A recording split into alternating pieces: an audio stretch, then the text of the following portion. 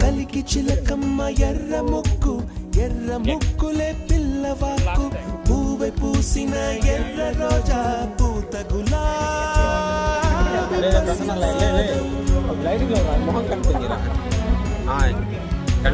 ఎర్రాని రూపం ఉడికే కోపం ఎర్రాని రూపం ఉడికే కోపం సంధ్యావర్ణ మంత్రాలు వింటే ఎర్రని పంట పాదమంటే కాంచనాల జిలుగు పచ్చ కొండ బంతి గోరంత